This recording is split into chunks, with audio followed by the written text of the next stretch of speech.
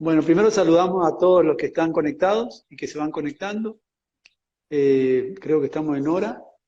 Son las 21 horas, horario de inicio, así que por respeto a las personas que están conectadas y han respetado el horario, vamos a empezar nuestra charla.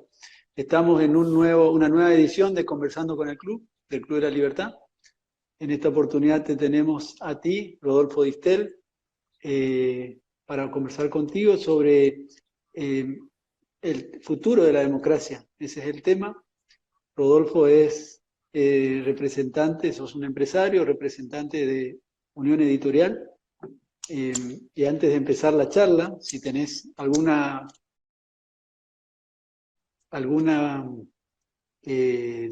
nuevo libro que esté por lanzar o algo, si nos podés comentar, ya que te tenemos y Hay te podemos bastante. preguntar.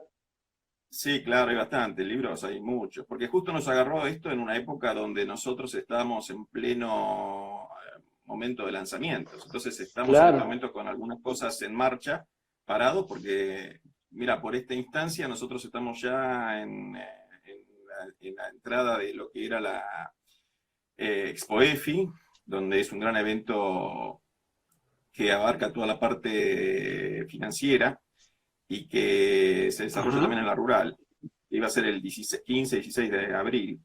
Y ahí en ese acto, en esos 2 días, presentamos sí. aproximadamente unos 20, 20 y pico de libros. Gran parte nuestros y gran parte novedades. Que después, 2 días, 2 semanas después, íbamos a volver a trabajarlos en la Feria del Libro, Ajá, claro. que iba a ser a partir del 28 de abril. Todos estos eventos fueron cancelados, obviamente, ¿no? Entonces, tuvimos ¿Postergados sí, fueron cancelados, postergados, todavía no sabemos bien, porque no se también uno de sabe? los problemas que vos tenés con este esquema es que todos estamos aprendiendo, ¿no? Claro, Y muchas veces estos eventos llevan mucho tiempo de organización, ajá, y cancelarlo no es tan fácil. Entonces se reprograman, pero vos no sabés claro, cuándo, porque en realidad esto seguro. no sabés cuándo termina. Bueno, Entonces sí, nos está agarró bien. con una cantidad de eventos y bueno, ahora estamos justamente viendo con algunas organizaciones la forma de llevar todo esto a una plataforma más digitalizada, digamos, para hacer presentaciones de los libros en este tipo de formatos Ujú, y estos libros también lleguen en formato digital, ¿no? Estamos trabajando en eso. perfecto. Bueno, está bien. Bueno, nos introducimos en el tema del día, el futuro de la democracia, tenemos que conversar sobre ello. Eh, bueno, lindo momento para hablar de eso, ¿no? Están crujiendo todas las democracias conocidas, las que no, las que se dicen democracias y no lo son realmente. ¿Qué opinión tenés al respecto? ¿Tiene futuro la democracia? Siendo tan joven la Eh, democracia, ¿no? no, bueno, en realidad es un título bastante abarcativo, ¿no? Seguro. Cuando me lo planteó Alberto y la gente del club, fue un desafío bastante interesante, porque también acá se juegan dos partes. Una parte en sí es lo que nosotros entendemos como democracia Ajá. y el rol de la política en la democracia, por un lado, y en esta situación, y por el otro lado tenemos lo que nos afecta realmente, que es la república, Sí. el republicanismo, que es realmente lo más importante, me parece, porque ahí está todo el marco de los derechos y la relación con el Estado, finalmente, que finalmente uno de los puntos que tenemos que ver.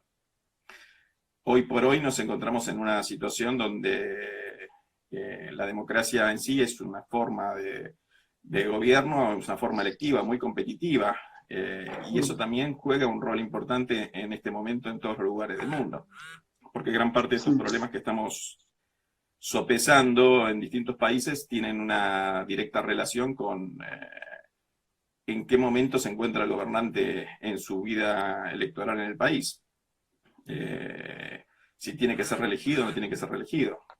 Claro. Y entonces muchas de las medidas se toman en base a esa situación. Vos fíjate, Estados Unidos o España o el caso de Brasil, son Ujú. países que, y la misma, digamos, son gobiernos que están en su primer mandato y algunos tienen que ser justamente reelegidos próximamente. En el caso de Estados Unidos lo agarró en plena campaña interna de los partidos políticos. Sí, Y en el caso de Argentina lo agarró en el comienzo del mandato. seguro. Entonces, los análisis implican la toma de decisiones que son, en algún caso, no son iguales. Mirá el caso de México, que también es un caso interesante, porque México es una democracia que, a pesar de sus situaciones, que en los últimos 100 años siempre cumplió sus reglas, digamos, siempre entregó el Sí. mandato, y no hay reelección, que es un caso interesante también. Entonces el presidente que está no se reelige, y Ujú. bueno, esto también da al presidente, en este caso de México en este momento, que está en los comienzos del mandato, también las posibilidades de tomar decisiones que no tienen que ver mucho con lo que en general la gente está pensando que se debe hacer, en el fondo, ¿no? Se ve Sí. mucho más la posibilidad Hoy de declaró que la emergencia, México. Hoy declaró la sí, emergencia. bueno, eso es, Pero yendo al tema, el caso de Chile, yo creo que el Chile, esta cuestión le ha dado un respiro al presidente Piñera. No, él no sabía cómo iba a continuar este año y bueno, hoy se paralizó el país y se postergó el tratamiento de la reforma y está todo en veremos. Yo creo que él estaba viendo, creo que vence el año que viene, estaba viendo cómo llegar, cómo pasar este año y yo creo que esto le ha dado un respiro impensado, digamos, cómo influye de manera diferente en todos los países, bueno, con los presidentes. ese es el cisne negro, ¿no? Ese es el cisne negro. O sea, apareció un Ujú. cisne negro en el lago, y a cada uno Así lo es. ve de distintos lugares de la costa, uno más cerca, uno más lejos.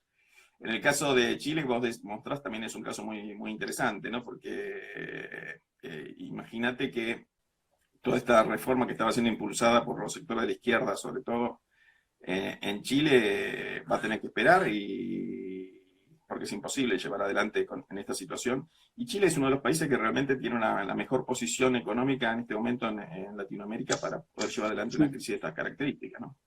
Por varios así motivos. es. Pero también lo que te digo es importante es Sí, observar la posición de liderazgo que tiene cada uno de los gobiernos.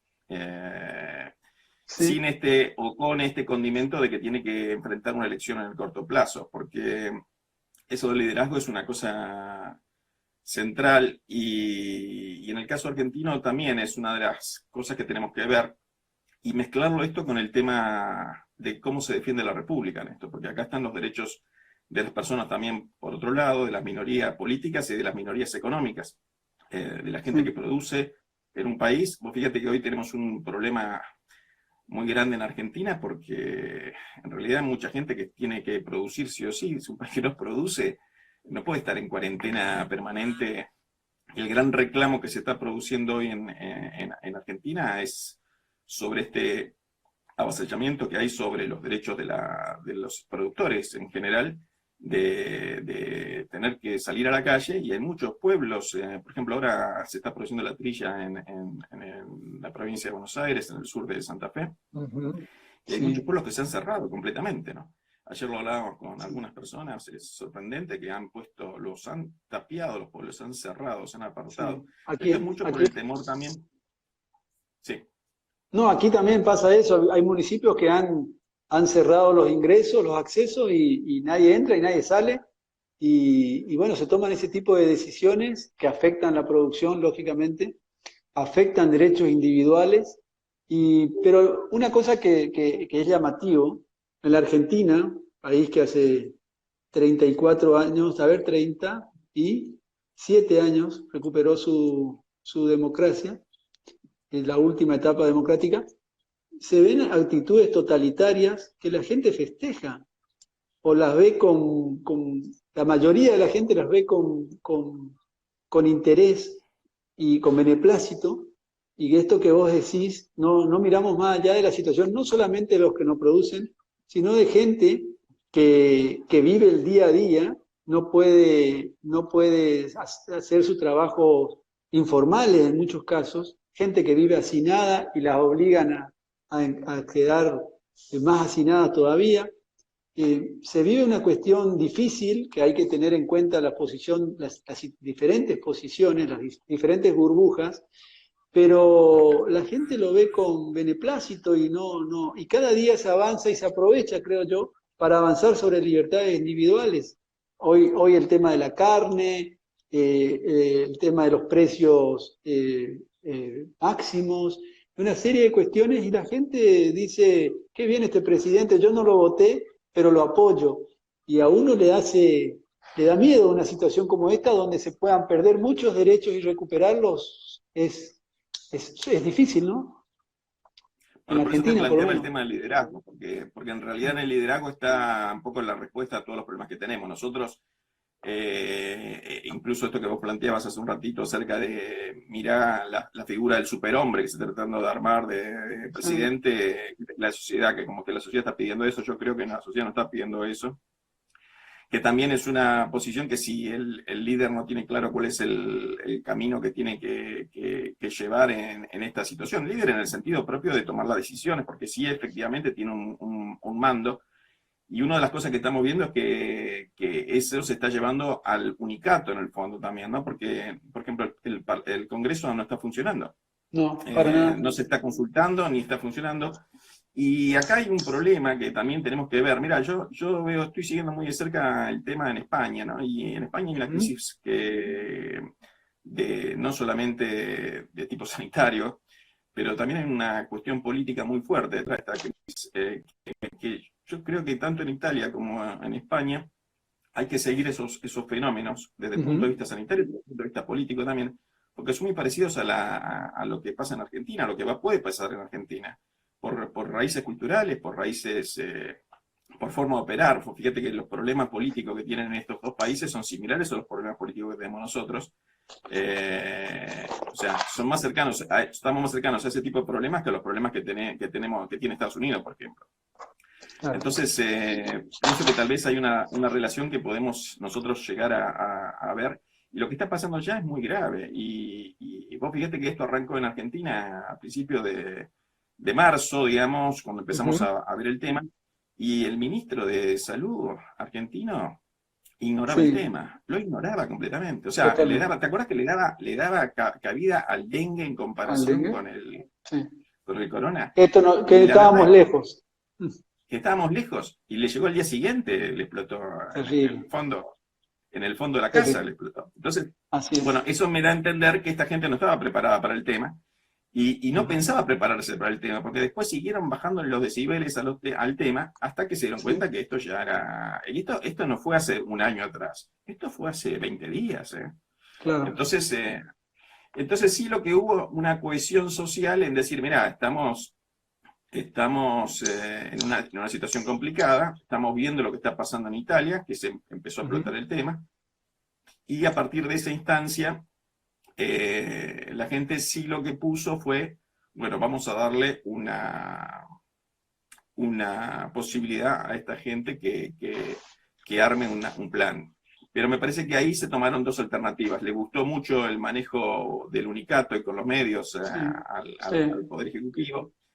No le dio cabida al Congreso, no le dio cabida a la oposición a este tema, sí en el sentido de verse todos juntos, que es una cosa que levantó la imagen del gobierno y levantó la imagen sí, de algunos personajes, pero en el sí, fondo, básicamente a la reta, porque el resto de los gobernadores lo desatendieron y los negaron, incluso sí. expropiándole respiradores y Mirá, equipos de en médicos. O Corrientes sea, en Corrientes habían comprado 115 respiradores. Se intervino la empresa que los fabrica y mandaron a Corrientes 5 respiradores. La posibilidad de claro. que funcione el federalismo que tiene que ver con nuestro sistema de gobierno, otra vez se No, pero diluye además y hay la otros gente, temas. Hay otros sí, te temas que escucho. también, no solamente esto, sino matar la iniciativa privada. Claro, Mira, una de las cosas que nosotros tenemos que tener en claro es que de esto no salimos con el Estado, salimos con menos Estado y más iniciativa privada. Y lo que se hizo inmediatamente a toda esta situación fue matar la iniciativa privada. Yo lo hablaba en esos días justamente con un cliente que viendo la situación dijo, bueno, vamos a realizar unas compras de material sanitario, barbijo, gel, etcétera, ujú, etcétera, y no los pudo importar por todos los ah, trámites que en ese momento se requerían.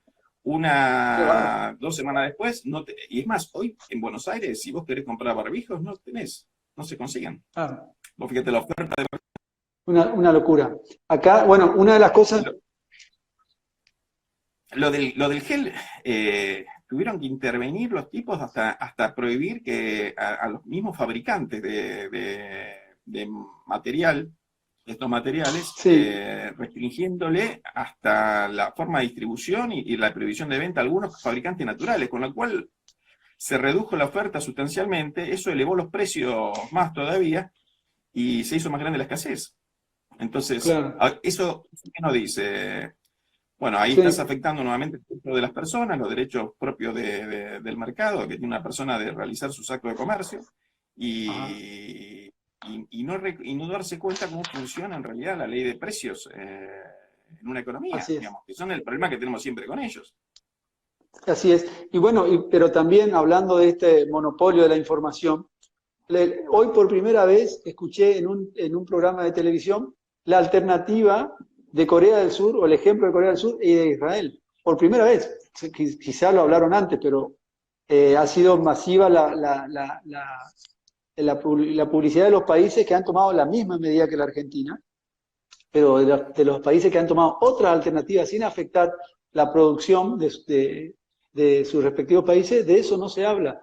Y todos festejan esta medida, pero nadie se puso a analizar si había otras alternativas y ahora hablan, sí, de los controles masivos y otras cuestiones, pero hasta ahora, no sé, ahora cuando la gente salió a criticar algunas medidas y a pedirle el mismo esfuerzo que está haciendo el sector privado al sector político y a la clase estatal, ahí recién empiezan a mirar otras alternativas como pensando en cómo van a abrir el paraguas este de la cuarentena, ¿no? Bueno, mira, hay dos cosas importantes ahí. Son dos cosas que tienen que ver con el manejo, digamos. Sí, Y vos fíjate acá se ve claramente. Se tomaron determinados tipos de medidas. Acá se critica mucho lo que pasa en Francia, lo que pasa en Italia, lo que pasa en Estados Unidos mismo ahora.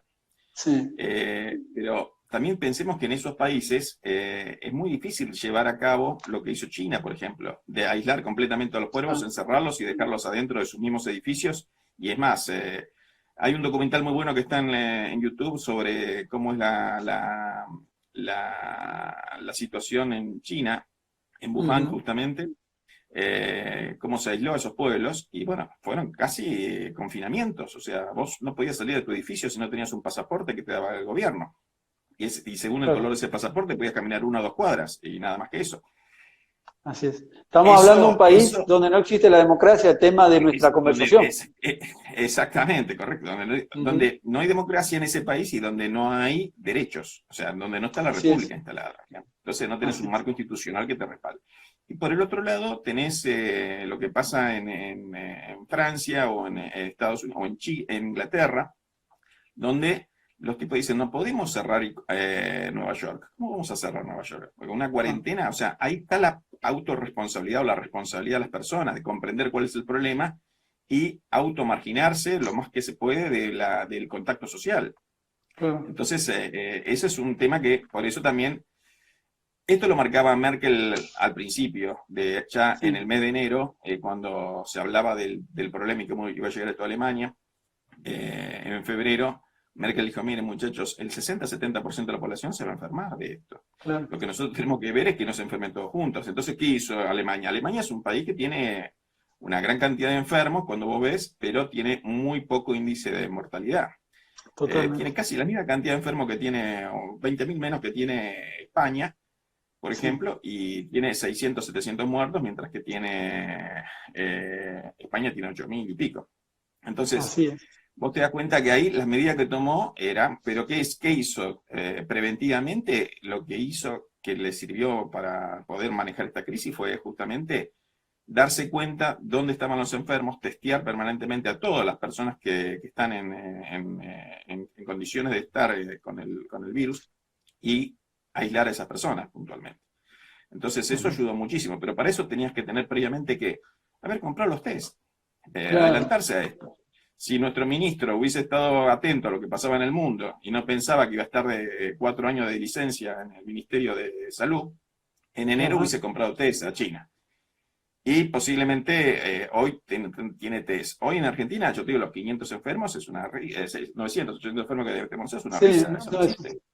Entonces nadie le puede totalmente. creer a ese dato, es el índice de nuevo que tenés acá. Ahora, Estamos, si nosotros con todo este estado que vanagloriamos permanentemente, decimos, mira que tenemos los mejores médicos, los mejores esto, los mejores sistemas de investigación y todo ese tipo, no podemos detectar más casos, porque no tenemos los test que son importados, hemos fracasado de nuevo en esta historia, digamos.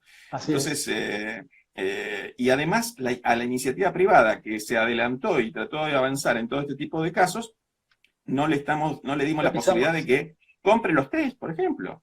Nada Si yo más, te sí. puedo asegurar que mucha gente hubiese comprado test. ¿Por qué? Porque no solamente porque es un gran negocio, porque iba a haber mucha demanda de eso, digamos. Vos Claro. tenés en muchos casos la posibilidad de hacerlo, hoy no lo tenés. Lo que le pasó a algunos gobiernos que compraron equipo médico en su momento, Sí, como el caso de este corriente que vos decís, que sí, se adelantaron, Mendoza. compraron y se lo quitaron, se lo sacaron y se lo quitaron de nuevo. O Sí, sea, así es. ese es un tema, ¿no es Y cierto? claro, y bueno, es parte del fracaso de estos, de la democracia, que justamente la pregunta es, ¿cuál es el futuro de la democracia? Con estos fracasos que llevan al facilismo por ahí, del populismo, a la gente le gusta los países totalitarios porque se pueden resolver las cuestiones de manera inmediata, violando derechos fundamentales, pero la gente ve como que los países populistas, totalitarios, tienen una agilidad mayor que las democracias. Cuando uno vive en democracia, por ahí deja de darse cuenta las bondades de un sistema y ve con agrado otras cuestiones que le pueden resolver más rápidamente las posiciones o las situaciones como esta de emergencia. Pero es porque no se ha hecho en el transcurso del tiempo lo necesario para cuando pasen estas cosas estar preparado. Eso es uno Sí, totalmente. de los fracasos de la democracia, ¿no? Sí, bueno, es un fracaso de la gestión, no la democracia. La democracia es un mecanismo de elección, finalmente. O sea, el problema es nuestro. O sea, nosotros tenemos que entender Claro, finalmente que lo que hablamos recién del liderazgo, lo que hablamos nosotros de ahora acerca de las malas decisiones, sí, son de las personas que nosotros elegimos. O sea, está claro que nosotros no elegimos a Fernández o a Macri antes para llevar adelante una situación de esta característica, porque nosotros mismos, como dijimos, es un cisne negro, no lo vimos, pero sabemos perfectamente cómo es nuestro sistema de salud. ¿Ok? O sea, claro, yo me imagino que cuando le mostraron los números, que no hay que ser un experto en matemáticas para decirle, mira, vamos a tener tantos enfermos por día crónicos, sí. y de esos y de eso necesitamos tantas camas por día para tener, y nosotros no tenemos ni el 2% de esas camas, entonces tenés un problema. Sí. El tema es cómo la Claro, política después trata, además de todo esto, de sacar rédito político porque necesita justificar un proceso electoral posterior. Entonces, bueno, ahí va, nuestra democracia electoral representativa viene cometiendo, nos venimos equivocando constantemente hace bastantes años, y ahí está el tema. Normal, la democracia, el auge de la revolución industrial hizo que mucha gente pudiera acceder a la educación y a partir de ahí poder participar masivamente en política. Pero ese auge en una democracia electoral no se ve que lleguen los verdaderos líderes preparados. Hay como, hoy llegan los políticos grises más al manejo de la cosa pública. Y los resultados están a la vista. Y ahí es donde nosotros nos preguntamos, el futuro de esta democracia representativa, ¿es viable o va a transformarse, va a desaparecer? ¿Cuál es tu perspectiva con respecto a eso? pienso que, bueno, ahí no es un problema, vuelvo a decirte, es un problema de lo que vos planteabas hace un ratito, de la capacidad que tiene la gente de entender qué es lo que, en su grado, en su formación, en lo que ha recibido, y buscar gente que piense que puede salir adelante, no solamente en una crisis económica, sino en una crisis como esta, que tiene que tomar las medidas. Y como vos ves, las medidas que se toman son las de la confiscación. son las del yo no lo pensé, pero vos lo tenés, yo te lo saco. O sea, no Claro, dejarte hacer el acto de comercio a vos porque yo no quiero. No te dejo tomar las medidas que vos tenés que tomar dentro de tu empresa para sobrevivir.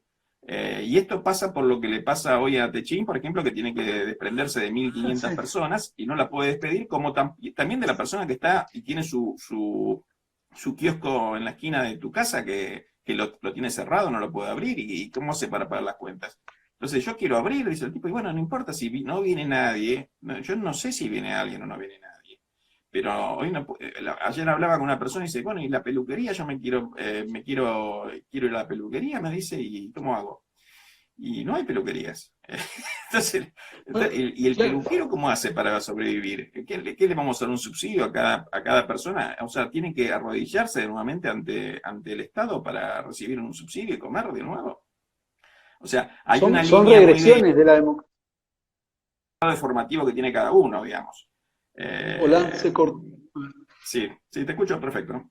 No, se cortó un segundito, no te escuché lo último.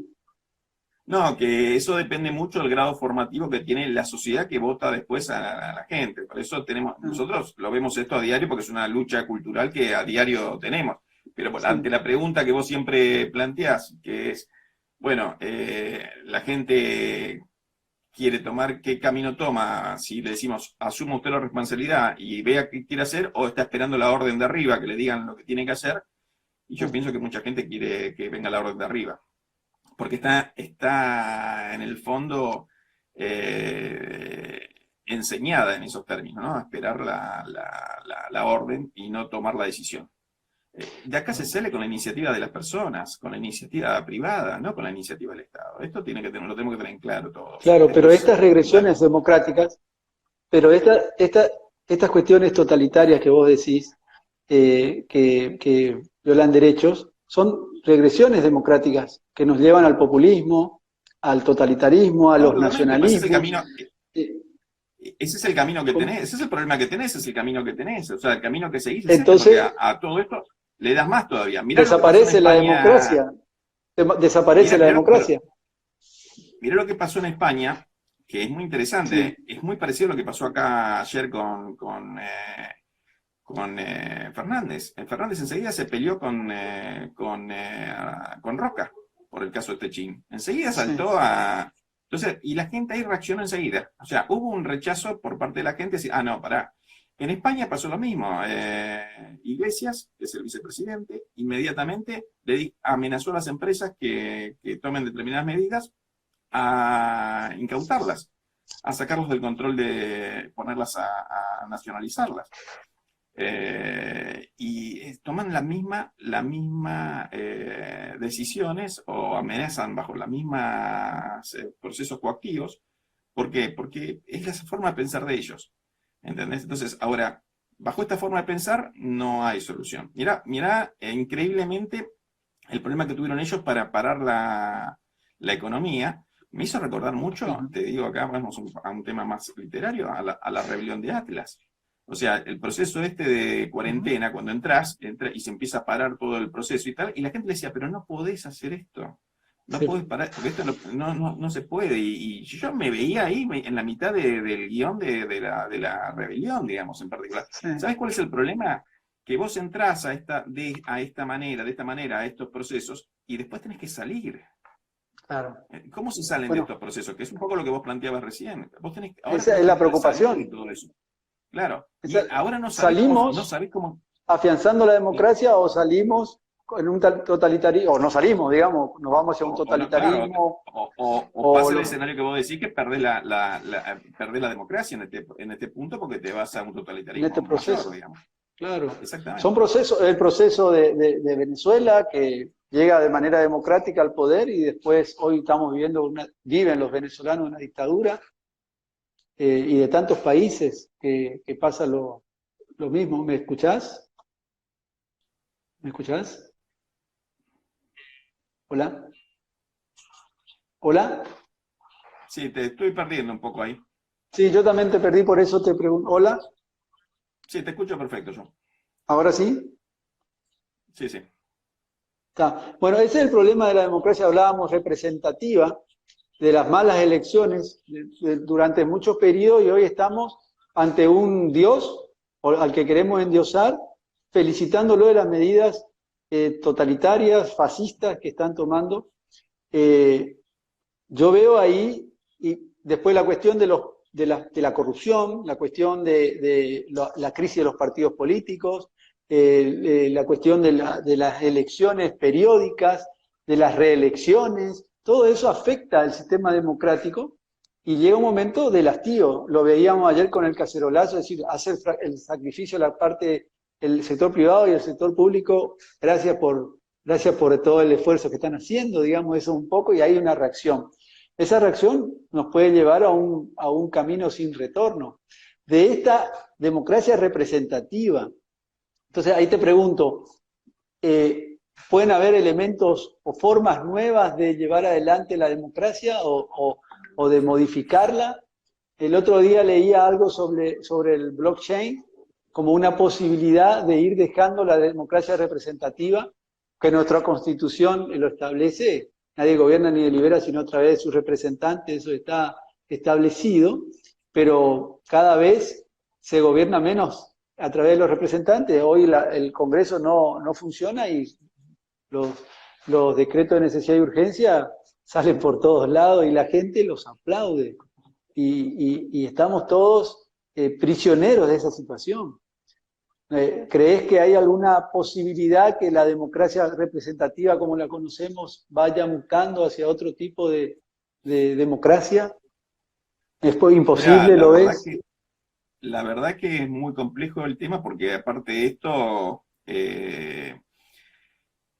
estos son producto de muchos años, de una evolución cultural que vos tenés que hacer. O sea, en realidad nosotros estamos en un proceso inverso, estamos en una involución cultural. Nosotros venimos de ser uno de los países más ricos del mundo hace 100 años atrás a ser hoy uno de los más pobres del mundo, ¿no es cierto? O sea, lo peor es todavía que tenés que corregir esta parte. Yo siempre con Javier, cada vez que hablamos siempre planteamos este tema de... Este es el paradigma argentino en el fondo, ¿no? O sea, cuando te preguntan qué ejemplo tenés que tener del mundo que haya salido bien de abajo y llegar arriba, y siempre Alemania, mirá la recuperación de Japón, y él te dice siempre Argentina. Mirá Argentina dónde llegó.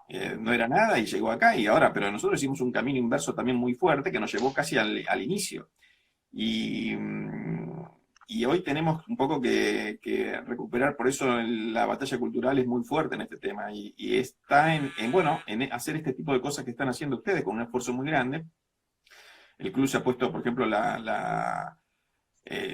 no solamente en estas videoconferencias, sino en los últimos años en realizar eventos y en un ámbito regional han desarrollado una política cultural muy fuerte para que la gente comprenda finalmente. Lo que tenemos que entender es esto, comprender, y las personas que están escuchando acá tienen que entender que eso se lo tienen que explicar a los demás también, porque esto es un proceso que o lo cambiamos todos, digamos, de a uno, porque es un proceso individual. Es un proceso que cada uno va a tener que interiorizarse y al mismo tiempo después entender que también es importante que la gente lo exprese eso en las urnas. Porque si no tenemos gente, la cosa no va a cambiar. O sea, acá tenés un problema de cómo se toman las decisiones, pero por una forma de pensamiento que ya está instalada. Y que esa forma de pensamiento la llevamos nosotros al gobierno, porque de alguna u otra manera todos votamos. Vos votaste, yo voté, todos votamos. Entonces estamos en este juego. Este juego es así. Es el juego que cuando vos tenés dirigentes que tienen esta forma de pensar, esta forma de actuar, que no temen en avasallar los derechos de los demás. Nosotros nos hicimos ricos en el mundo hace 100 años atrás por el marco institucional que planteamos. Y es lo que estamos violando permanentemente en los últimos 100 años, que nos ha llevado justamente a ocupar hoy los últimos lugares. ¿Se puede cambiar? Se puede cambiar, obviamente. Pero depende de nosotros, no depende del Estado, justamente. Tenemos que... Mira, hay una gran oportunidad, como en todo caso, o profundizás el camino para un lado, o podés revertir el camino, porque esto la gente lo va a comprender por las buenas o por las malas. Porque crisis va a haber, o sea, nosotros estamos peleando otra batalla, que es la que peleamos hace ya 20, 25 años, la batalla del déficit presupuestario, de de la lucha contra el capital que desarrolla el peronismo y el populismo en Argentina. Y acá el populismo no solamente es el peronismo, sino que también es el radicalismo y los partidos conservadores de todo el país, digamos. Ya ni son lo que nosotros planteamos permanentemente los socialistas, porque los socialistas en el fondo no se llaman socialistas, se llaman partidos conservadores, el partido peronista en sí, en general. Entonces, pero es que tampoco la gente ve la salida por el otro lado, por el problema cultural que le han enseñado y le han impregnado en las escuelas argentinas y han aprendido. Y es solamente un pequeño grupo de gente que ha podido salir de ese esquema de vasallaje cultural. Y bueno, es el desafío. Si nosotros queremos ser distintos, por eso siempre digo, cuando escuchamos una opinión en los medios, pasémosla por el tamiz, porque todos los periodistas están filtrados con esos anteojos colorados que tienen todos. Entonces tenemos que, nuestra misión es permanentemente decodificar eso y ver qué tanto nos alejamos de Alberdi, y qué opinión tienen esas personas de Alberdi en particular. Entonces, digo Alberdi porque tal vez es el más representativo del marco institucional de nuestra revolución, de nuestra Constitución del 53. Entonces, sin duda, a partir de ahí es una forma de pensar, y ustedes en Corrientes tienen una misión central, porque Corrientes históricamente fue una provincia que luchó por la libertad permanentemente, ¿no es cierto? O, por ejemplo... Mira, Sí.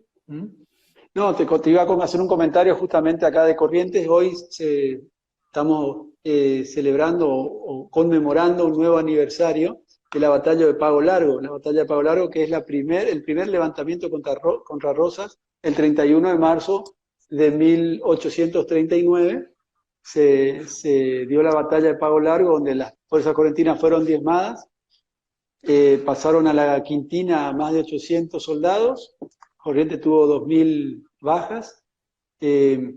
Mataron al gobernador Verón de Astrada en el 39, y en el 41 volvimos a levantarnos contra Rosas, triunfando en la batalla de Caguazú. Si conocemos de estas luchas heroicas por la libertad, y de Corrientes, bueno, nosotros con nuestro granito de arena sin arriesgar el pellejo hoy, pero estamos poniendo lo mejor de nosotros para que eso, por lo menos que nuestras ideas se escuchen. Esa es un poco nuestra cuestión.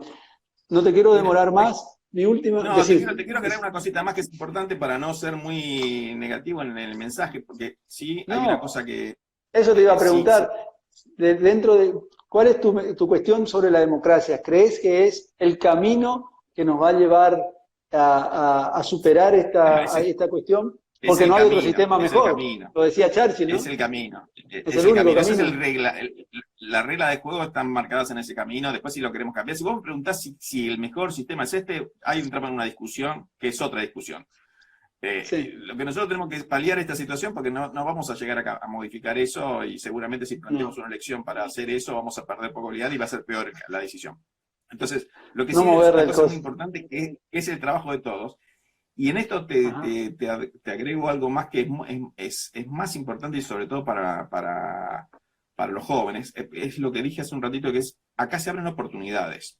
Desde el punto de vista político, para las organizaciones que estamos trabajando políticamente, siempre es importante tener en cuenta de mantener esta batalla cultural y plantear las disidencias con las decisiones que se toman en el eje central.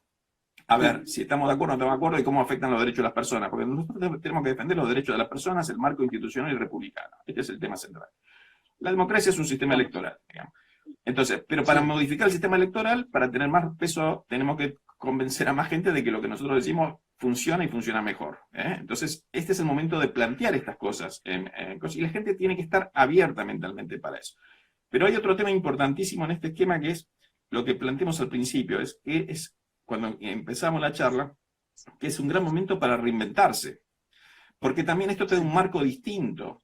Ustedes, por ejemplo, con este tipo de acciones se reinventaron, porque si yo te decía no te digo mucho más que en diciembre o en noviembre, cuando nos vimos la última vez, Caíto, hagamos unas conferencias por Instagram, me decía, pero ni loco, me ibas a decir, ni loco, eso no lo vamos a hacer nunca, porque la gente no se prende a ese tipo de cosas. Y vos fíjate que sinceramente, hoy están haciendo casi una conferencia de estas por día, o 2 por día, porque estoy viendo el programa que tienen ustedes, y es tremendo. Estamos teniendo 2 por Y 10.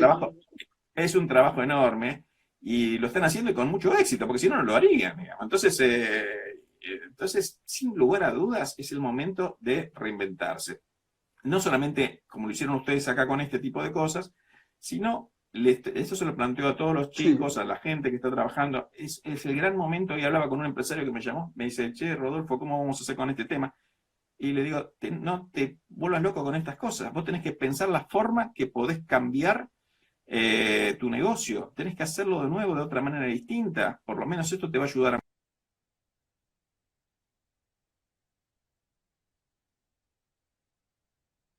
el uso de la tecnología, cómo la puedo aplicar de una manera distinta, y eso va a hacer que el negocio cambie. Muchos van a desaparecer, pero otros van a ganar, o van a aparecer nuevos negocios que están basados en el uso de la tecnología, digamos, por ejemplo. En este relanzamiento de la economía, que el gobierno no sabe cómo hacerlo, el gobierno no sabe cómo hacerlo. Vos fíjate que es una cosa muy interesante, porque la economía básicamente se maneja en un aspecto que es el intercambio de bienes. O sea, hay bienes virtuales, pero hay bienes físicos. Y los bienes físicos son básicamente el gran centro de nuestro intercambio. O sea, vos podés comprar, hacer una transacción bancaria que es virtual, la podés hacer, no tenés problema. Pero si vos tenés que comprar una botella de Pepsi, tenés que alguien te la tiene que traer, o vos la tenés que ir a buscar y la pagás y haces un intercambio que es físico, digamos. Pero entonces está en cómo vos realizás este tema. Mira, hay un tema muy interesante. Una de las cosas que no pudieron, nosotros con la editorial seguimos vendiendo libros físicos. ¿Por qué? Porque pero los del correo no querían trabajar. Los del correo se consideraban que eran tipos que tendrían que estar cerrados. Sin embargo, bueno, tuvieron muchos problemas porque mucha gente dejó de trabajar, muchas sucursales tuvieron problemas para seguir operando, pero la gente le dijo, no, hay operaciones que se están haciendo online, la gente, por ejemplo, en nuestro caso, quiere comprar libros y nosotros tenemos la posibilidad de proveérselos. Entonces estamos en ese trámite, y la cuestión es que si vos no estabas preparado para eso, tuviste que cerrar, vas a cerrar el negocio. O sea, vos si no estabas en condiciones de vender en línea, estás muerto. ¿Entendés lo que te digo? O sea, hay siempre en todo lugar un ámbito para reinventarse. El tema es no pensar en los puntos negativos, sino pensar cómo haces el negocio distinto, cómo haces el trabajo. El negocio significa negación del ocio, es trabajo. ¿Cómo lo haces distinto? ¿Cómo lo puedes tener tantos contactos? ¿Cómo sos más eficiente en la relación de la transacción? ¿Cómo hacer, como por ejemplo esto que hablamos al principio de los problemas de la logística que tenés hoy, que son enormes, porque gran parte de las poblaciones, como dice, están tapiadas, no quiere que la gente entre? Bueno, en un momento van a tener que entrar, porque si no se van a morir de hambre. O sea, nadie vive encerrado en su casa. Bueno, ese es el momento que la Argentina tiene que pensar, y nosotros le tenemos que ayudar a pensar ese tipo de cosas. ¿Cómo reinventamos una economía para vivir en los tiempos del cólera, iba a decir, del corona? ¿Entendés? Coronavirus, sí. Entonces, exactamente. Entonces, ese es un tema que es muy, muy interesante, y que nosotros como objetivo número 1 tenemos que ayudar a la gente es cómo reinventamos nuestra vida en este momento. O sea, ¿cuánto tiempo vamos a estar? Porque vos imaginate que están planteando hoy, en tiempos del cronómetro de los tiempos que van a tener en España, todavía un mes más de la situación creciente. O sea, y a partir de ahí va a empezar a mesetarse el esquema. Nosotros estamos 45 días detrás de España en los datos, ¿no? 45 días detrás de España. Imagínate que tenemos 45 días más un mes más. O sea, vos vas a soportar esta situación de cuarentena cuasi total 2 meses y medio más, se te mueren de hambre los tipos. O sea, la economía no está, y la gente tampoco está dispuesta, por lo que yo veo, a pedir préstamos, porque ¿cómo se reparte ese dinero? ¿Entendés? ¿Por qué se mete el Estado? ¿Qué te va a pedir a cambio el Estado, a cambio que vos le des ese tipo de cosas? Va a preferir cerrar. Bueno, acá hay otro tema importante que tenemos que nosotros valorizar en todo este esquema, Aito, que es el tema de el ahorro. El ahorro que fue, durante los últimos años, fue atacado duramente por los políticas keynesianas que aplicamos en este país. O sea, el ahorro para los keynesianos es algo malo, y esto lo tenemos que tener en cuenta. ¿Cómo lo atacan los keynesianos al ahorro? Con impuestos. obligándote a gastar cosas que vos no querés gastar. Entonces, ahora, para esto es importante el ahorro, para atravesar estas situaciones. Entonces, las economías que tienen ahorro son las economías que van a poder sobrevivir. ¿Por qué un empresario decide echar a unas personas o reducir una línea de producción o hacer tal cosa? Porque no te dejan producir. Porque no es que lo quiera hacer, sino que porque no puede producir, no lo dejan producir. Entonces tienen que dejar. No es porque quiera el empresario, sino porque no lo dejan. Entonces, como no lo dejan, el tipo dice, bueno, cierro esto y se acabó la historia, no hay más. Y ahí interviene de nuevo el Estado y dice, no puedes echar a la gente. No puedes. ¿Entendés lo que te digo? ¿Entendés? Bueno, pero sí, si totalmente. vos, y en el fondo el empresario no lo hace esto porque quiere, porque el empresario es un análisis, dice, ¿cuánto tiempo tengo que durar yo con esta situación? ¿Cuánto tiempo tengo? ¿Y tengo los recursos atrás?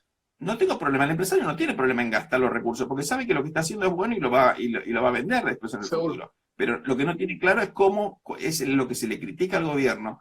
No es que vos podés alargar, por eso hay una situación ahí muy, muy importante en el tema de la cuarentena. Es, flaco, decime cómo va a venir, decime cómo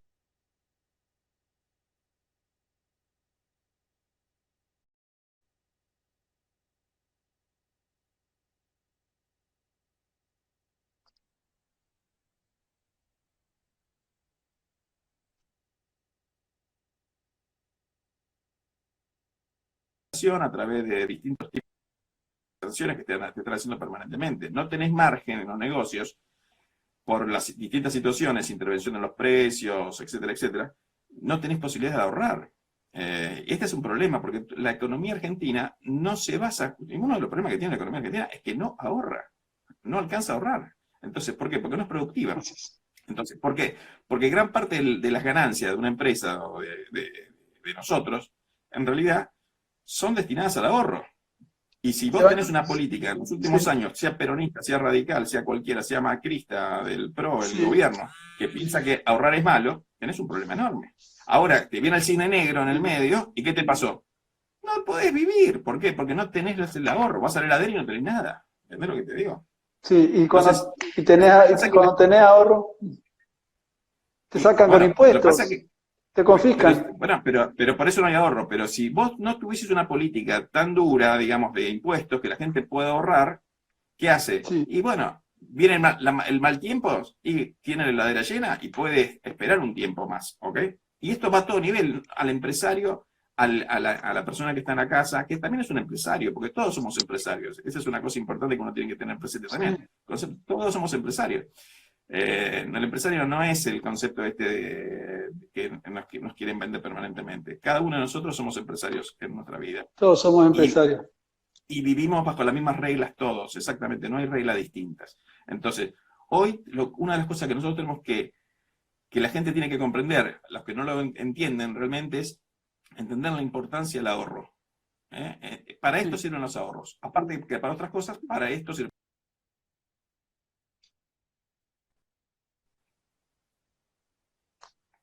Así es. Sí, perfecto.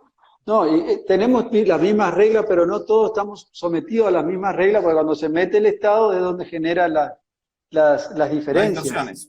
Las distorsiones. Bueno, tenemos que apostar a la democracia, es la conclusión. Tenemos que seguir difundiendo nuestras ideas, dando la batalla cultural. Entonces, se nos va el tiempo. Me tengo que despedir, Rodolfo. Pero quiero recordarles a todos que mañana seguimos con el ciclo Conversando con el Club. Mañana va a estar Gastón Vigo Gasparotti y va a hablar sobre libertad y solidaridad. Gastón Vigo es el fundador de Acamasoa Argentina y es un máster en economía y fundador de Acamasoa. El escritor también es Gastón Vigo. Así que, sí, Rodolfo, otros libros.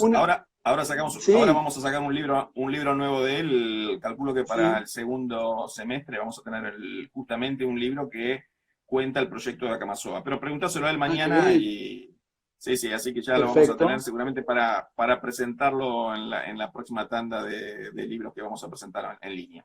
Bueno, nosotros damos la batalla cultural y una de las cosas buenas que tiene esto de dar la batalla es conocer gente en todo el país. Y conocerte a ti ha sido una de las cosas más destacadas que me ha tocado en el club. Te tenemos un gran aprecio, te agradecemos por todo el apoyo que siempre nos brindás y hoy una vez más. Y estaremos en contacto en todo momento contigo y te agradezco personalmente esta entrevista. Espero se haya escuchado bien. Vi que algunos decían que había algunos inconvenientes, pero bueno, Rodolfo, siempre un placer, un gusto poder conversar contigo. Desde ya, un saludo mío y de todos los miembros del Club de la Libertad. Bueno, un saludo grande a todos ustedes. Al contrario, muchas gracias por la invitación y seguimos en contacto porque esto da para largo, así que seguro, la lucha es interminable. Seguiremos, así es, y seguiremos aprovechando estas tecnologías, pues vamos a estar en contacto. Un abrazo te mando grande. Un abrazo y te mandamos un abrazo grande. A reinventarse. Nos reinventamos. Sí, señor. Abrazo. Un abrazo grande. Gracias.